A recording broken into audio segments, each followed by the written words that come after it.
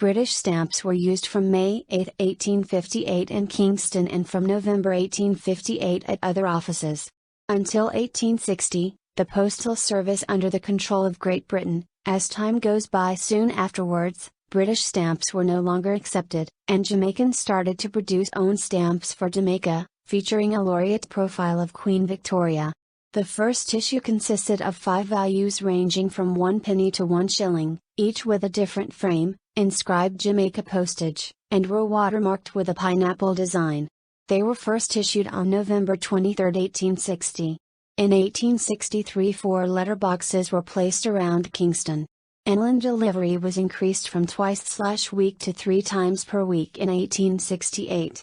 Mail carriage was originally via mule, then via railroad in the 1860s, then back to roads due to difficulties with the trains, not switching back to railroad until the railways were improved in the late 1870s. Jamaica joined the Universal Postal Union on 1 April.